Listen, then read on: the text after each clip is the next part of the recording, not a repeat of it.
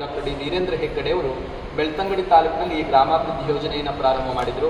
ಬೆಳ್ತಂಗಡಿ ತಾಲೂಕಿನಲ್ಲಿ 40 ವರ್ಷಗಳ ಹಿಂದೆ ಪ್ರಾರಂಭ ಆದ ಈ ಗ್ರಾಮಾಭಿವೃದ್ಧಿ ಯೋಜನೆ ಇವತ್ತು ಕರ್ನಾಟಕ ರಾಜ್ಯದ ಎಲ್ಲ ಜಿಲ್ಲೆಯಲ್ಲೂ, ಕೇರಳ ರಾಜ್ಯದ ಕಾಸರಗೋಡೆಯಲ್ಲೂ ಕೂಡ ವಿಸ್ತರಣೆಯಾಗಿದೆ ಅಂತ ಹೇಳಿಕ್ಕೆ ನಾನು ತುಂಬ ಸಂತೋಷವನ್ನು ವ್ಯಕ್ತಪಡಿಸ್ತಾ ಇದ್ದೇನೆ.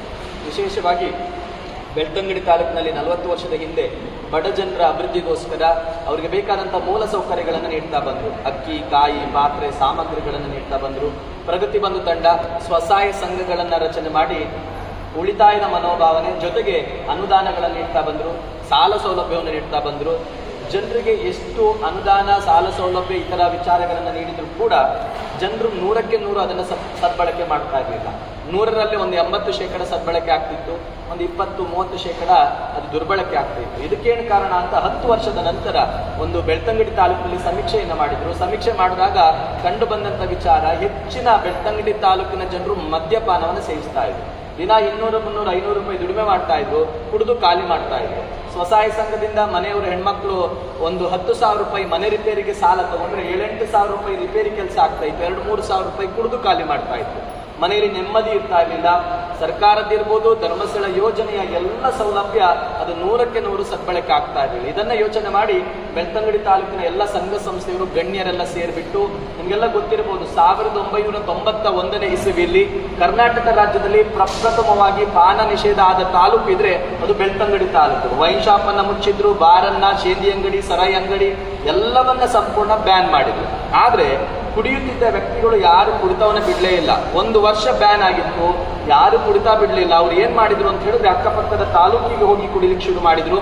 ಮನೆಯಲ್ಲಿ ಕಲ್ಲಬಟ್ಟೆಯನ್ನು ತಯಾರಿಸಿ ಕುಡಿಲಿಕ್ಕೆ ಶುರು ಮಾಡಿದ್ರು. ಇದನ್ನ ಯೋಚನೆ ಮಾಡಿ ಪರಮ ಪೂಜ್ಯ ವೀರೇಂದ್ರ ಹೆಗ್ಗಡೆ ಅವರು ಒಂದು ಒಳ್ಳೆಯ ಯೋಚನೆಯನ್ನ ಮಾಡಿದ್ರು. ಒಬ್ಬ ವ್ಯಕ್ತಿಯ ಕುಡಿತವನ್ನ ಬಿಡಿಸಬೇಕಿದ್ರೆ ವೈನ್ ಶಾಪ್ ಅನ್ನ, ಬಾರನ್ನ, ಶೇಂದಿ ಅಂಗಡಿ, ಸರಾಯಿ ಅಂಗಡಿಯನ್ನ ಮುಚ್ಚಿಸಿ ಕುಡಿತಾ ಬಿಡಿಸ್ಲಿಕ್ಕೆ ಆಗೋದಿಲ್ಲ. ಆತನ ಮನಸ್ಸನ್ನ ಪರಿವರ್ತನೆ ಮಾಡಿದ್ರೆ ಮಾತ್ರ ಸಾಧ್ಯ ಅನ್ನೋ ದೃಷ್ಟಿಯಿಂದ 1992ನೇ ಇಸವಿಯಲ್ಲಿ ಜನಜಾಗೃತಿ ವೇದಿಕೆ ಎನ್ನುವಂಥ ವೇದಿಕೆಯನ್ನ ಪ್ರಾರಂಭ ಮಾಡಿ, ಆ ಬಳಿಕ 1998ರಲ್ಲಿ ಮಧ್ಯವರ್ಜನ ಶಿಬಿರವನ್ನ ಪ್ರಾರಂಭ ಮಾಡಿದ್ರು. ಕಳೆದ 30 ವರ್ಷಗಳ ಹಿಂದೆ ಪ್ರಾರಂಭ ಆದ ಈ ಮಧ್ಯವರ್ಜನ ಶಿಬಿರ, 8 ದಿವಸದ ಸಮುದಾಯದತ್ತವಾದಂತಹ ಶಿಬಿರ ಇವತ್ತು ಕರ್ನಾಟಕ ರಾಜ್ಯದ, ಕೇರಳ ರಾಜ್ಯದ ಎಲ್ಲ ಕಡೆ ನಾವು ಒಟ್ಟು 1668 ಮಧ್ಯವರ್ಜನ ಶಿಬಿರಗಳನ್ನು ಮಾಡಿದ್ದೇವೆ. ಯಾಕಂದ್ರೆ ಗೂಗಲ್ ಅಲ್ಲಿ ಸರ್ಚ್ ಮಾಡಬಹುದು. 1,23,000 ಮಂದಿ ಮದ್ಯ ವ್ಯಸನಿಗಳನ್ನ ಪರಿವರ್ತನೆಗೊಳಿಸಿದ ಸಂಸ್ಥೆ ಇದೆ. ಅದು ಧರ್ಮಸ್ಥಳದ ಪರಮ ಪೂಜ್ಯ ವೀರೇಂದ್ರ ಹೆಗ್ಗಡೆಯವರ ಜನಜಾಗೃತಿ ಕಾರ್ಯಕ್ರಮ, ಗ್ರಾಮಾಭಿವೃದ್ಧಿ ಯೋಜನೆ ಅಂತ ಹೇಳಿಕ್ಕೆ ನಾನು ಹೆಮ್ಮೆ ಪಡ್ತಾ ಇದ್ದೆ. ಆಣೆ ಪ್ರಮಾಣ ಮಾಡಿಸೋದಿಲ್ಲ, ಇಂಜೆಕ್ಷನ್ ಮದ್ದು ಮಾತ್ರೆ ಕೊಡಿಸೋದಿಲ್ಲ, ಅಥವಾ ತಾಯ್ತಾ ಪ್ರಸಾದ ಹಾಕಿ ಕುಡ್ತಾ ಬಿಡಿಸ್ಲಿಕ್ಕೆ ಆಗೋದಿಲ್ಲ. ಈಗಾಗಲೇ ನಮ್ಮ ಶಿಬಿರಕ್ಕೆ ಸೇರಿ ಕುಡ್ತಾ ಬಿಟ್ಟವರು 18 ವರ್ಷದ ಹಿಂದೆ ನಮ್ಮ ಶಿಬಿರಕ್ಕೆ ಸೇರಿ ಕುಡ್ತಾ ಬಿಟ್ಟವರು ಕೂಡ ಇಲ್ಲಿದ್ದಾರೆ. ಈ ರೀತಿ 100ರಲ್ಲಿ 82% ರಿಸಲ್ಟ್ ಅನ್ನ ಕೊಟ್ಟಂತ ಒಂದು ವ್ಯವಸ್ಥೆ ಈ ಗ್ರಾಮಾಭಿವೃದ್ಧಿ ಯೋಜನೆಯಲ್ಲಿ ನಡೀತಾ ಇದೆ. ಇಲ್ಲೊಂದು ನಾವು ಉಡುಪಿಯಲ್ಲಿ ಒಂದು ಗಾಂಧಿ ಜಯಂತಿ ಕಾರ್ಯಕ್ರಮದಲ್ಲಿ ನಮ್ಮ PV ಭಂಡಾರ್ ಸರ್ ಒಂದು ಮಾತು ಹೇಳಿದ್ರು. ನಾವು ಮನೋರೋಗ ವಿಭಾಗದಿಂದ ನಾವು ಚಿಕಿತ್ಸೆಯನ್ನು ಕೊಟ್ಟು ಕೂಡ ಈ 100ರಲ್ಲಿ 80% ಅಥವಾ 70% ರಿಸಲ್ಟ್ ಸಿಗೋದಿಲ್ಲ. 100ರಲ್ಲಿ ಹೆಚ್ಚು ಅಂತ ಹೇಳಿದ್ರೆ 10ರಿಂದ 20% ರಿಸಲ್ಟ್ ಸಿಗ್ತದೆ. ಆದರೆ ಧರ್ಮಸ್ಥಳದ ಕಾರ್ಯಕ್ರಮದಲ್ಲಿ 100ರಲ್ಲಿ 80% ರಿಸಲ್ಟ್ ಸಿಗಬೇಕಿದ್ರೆ ಅದು ಮಂಜುನಾಥ ಸ್ವಾಮಿಯ ಆಶೀರ್ವಾದ, ಪೂಜ್ಯ ಕಾವಂದರ ಆಶೀರ್ವಾದ ಎಂಬುದನ್ನು ರಾಜಾಂಗಣ ಸಭಾಭವನದಲ್ಲಿ ಆ PV ಭಂಡಾರ್ ಡಾಕ್ಟರ್ ಹೇಳಿದ್ದಾರೆ. ಮುಖ್ಯವಾಗಿ ಇಲ್ಲಿ ಒಂದು ದೇವರ ಆಶೀರ್ವಾದ ಇದೆ. ಮನ ಪರಿವರ್ತನೆಗೊಳಿಸುವಂತ ಕಾರ್ಯಕ್ರಮ ಮಾಡ್ತೇವೆ. ಬೆಳಿಗ್ಗೆ ಯೋಗ, ಧ್ಯಾನ, ಪ್ರಾರ್ಥನೆ, ಚಿಂತನೆ, ಗುಂಪು ಸಲಹೆ, ಗಣ್ಯರಿಂದ ಮಾಹಿತಿ ಮಾರ್ಗದರ್ಶನ, ಆಟೋಟ ಕಾರ್ಯಕ್ರಮ, ಸಾಂಸ್ಕೃತಿಕ ಕಾರ್ಯಕ್ರಮ, ಪ್ರತಿ ದಿವಸ ಭಜನಾ ಕಾರ್ಯಕ್ರಮಗಳನ್ನು ಮಾಡಿ ಅವರ ಮನಸ್ಸನ್ನು ಪರಿವರ್ತನೆಗೊಳಿಸುವಂತ 8 ದಿವಸದಲ್ಲಿ ಅತಿ ಕಡಿಮೆ ಅವಧಿಯಲ್ಲಿ ಒಂದು ಕುಡಿತ ಬಿಡಿಸುವಂತ ಒಂದು ಕಾರ್ಯಕ್ರಮ ನಡೀಲಿಕ್ಕೆ ಹೇಳ್ತಾರೆ.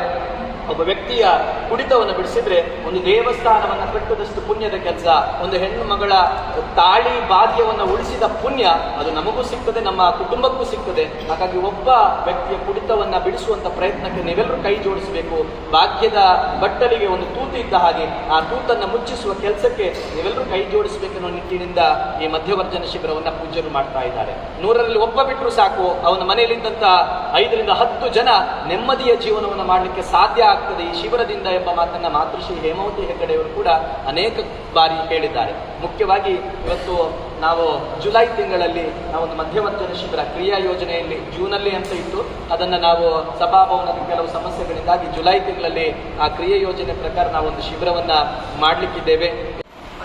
ಧರ್ಮಸ್ಥಳ ಕಾರ್ಯಕ್ರಮ ಈ ರೀತಿಯ ಒಂದು ಸ್ಪಂದನೆ ಅವ್ರು ಏನ್ ಮಾಡ್ತಿದ್ರು ಖಂಡಿತ ಜನಾರ್ದನ ದೇವರ ಸನ್ನಿಧಾನಗಳು ಇವತ್ತು ಪುಣ್ಯದ ಕೆಲಸ ಅವನು ನಾನು ಗೊತ್ತದು ಬರೋದಿಲ್ಲ ಒಂದು ಬಾರಿ ಮಂದಿ ಪುಣ್ಯದ ಬೇಡ ಮುಂಚೆ ಕಾವಂದಲ್ಲಿ ಆಪಲ ಕೊಂಚ ಅನ್ನ ಪಾತ್ರ ಮಾಡ್ತಾರೆ ಯಾಕ ಅತಿ ಪ್ರೀತಿದ ಒಂದು ಕಾರ್ಯಕ್ರಮ ಹೋಗ್ತಿದ್ದ ಮಧ್ಯವರ್ಗ ಯಾಪಲ ಗಾಯಕ ಬಂದಾಗ ಒಂದು ಇಲ್ಲದ ಒಂದು ಅವನು ಒಂದು ಮಾಡ್ಕೊಂಡು ಇಲ್ಲದ ಒಂದು ಮಾಡ್ಕೊಂಡು ಕತ್ತಲ ಇತ್ತು ಕಣನೆ ಆವಡು ಮೆಕ್ಕೆ ಆವಡು ಪರ ಆವಡು ಪರೊಂದಿತ್ತು ಇಲ್ಲದ ಇಡೀ ವಾತಾವರಣನೇ ಹಾಳಾಗ ಈ ವಾತಾವರಣನೇ ಹಾಳಾಗ ಇಲ್ಲದ ಶೆಟ್ರು ಮಂಡ್ಯಕ್ಕನೆ ಆ ಮದ್ರೆಗಿದ ಒಂದು ಕಾರ್ಯಕ್ರಮ ನೋಡ ಅವರು ಓಡೋದು ಎಡ್ಡೆ ಮೇಲೆ ಭಕ್ತಿನ ಒಂದು ಯಾವ ನಿಜವಾದ ಎಂಜಿನ ನಮ್ಮ ಎಡ್ಡೆ ಒಂದು ಬೇರೆ ಮಲ್ಪಾಗ ಕೊಂಚ ಇಲ್ಲ ಹಾಳಾಗ್ತದೆ ಹೊಸ ಅಗತ್ಯ ಬರುತ್ತೆ ನಿಜವಾದ ಒಂದು ನಮ್ಮ ನವೀನೆಲ್ಲ ಆಯ್ತು ಬಗ್ಗೆ ಭಾರಿ ಜಿಲ್ಲಾಧ್ಯಕ್ಷರ ದಿಕ್ಕ ಭಾರಿ ಮದ್ರೆಗಿದ ಕಾರ್ಯಕ್ರಮ ಕಟ್ ಮಾಡಿ ಒಂದು ಇಡೀ ಗ್ರಾಮಗಳು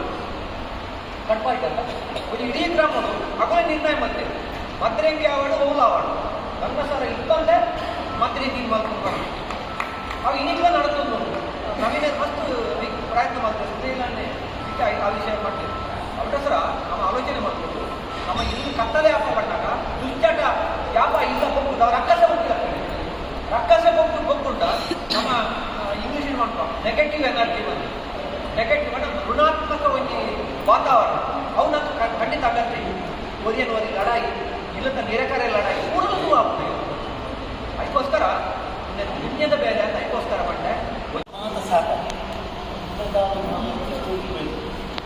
ಬಹುಶಃ ನಿರ್ಮಾಣ ಖಂಡಿತ ಸಕ್ಸಸ್ ಆಗ್ತದೆ ಯಾಕಂದರೆ ಒಂದು ನಿರ್ಮಾಣ ಮೂಲ ಆಗ್ತದೆ ನಿರ್ಮಾಣ ವ್ಯಾಪ್ತಿ ಮಾಡಿ ಹೆಚ್ಚಿನ ಮಾತಿಲ್ಲ ಈಗ ಫಸ್ಟ್ ಮಾರ್ಗದರ್ಶಕ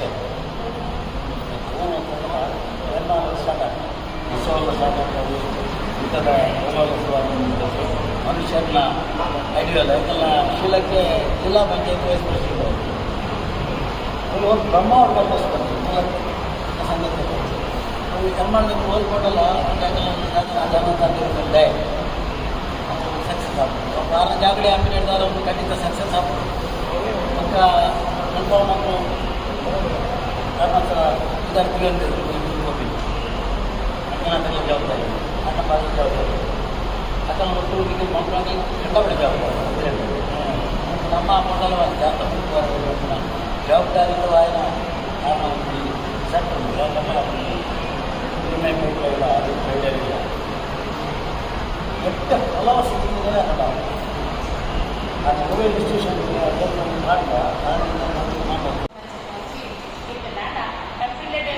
ಕಾರ್ಯಕರ್ತೆ ನಾವು ವರ್ಗಾವಣೆದವರಿಗೆ ಸ್ವಲ್ಪ ನಮ್ಮ ತಾಲೂಕು ಇಲ್ಲಿ ನಂಚಿದ 4 ಜನ ಕಾರ್ಯಕರ್ತೆ ಟ್ರಾನ್ಸ್ಫರ್ ಆದ ಒಟ್ಟಿ ಮಾತ್ರ ದುರ್ಮಿ ಕಾರ್ಯಕರ್ತೆ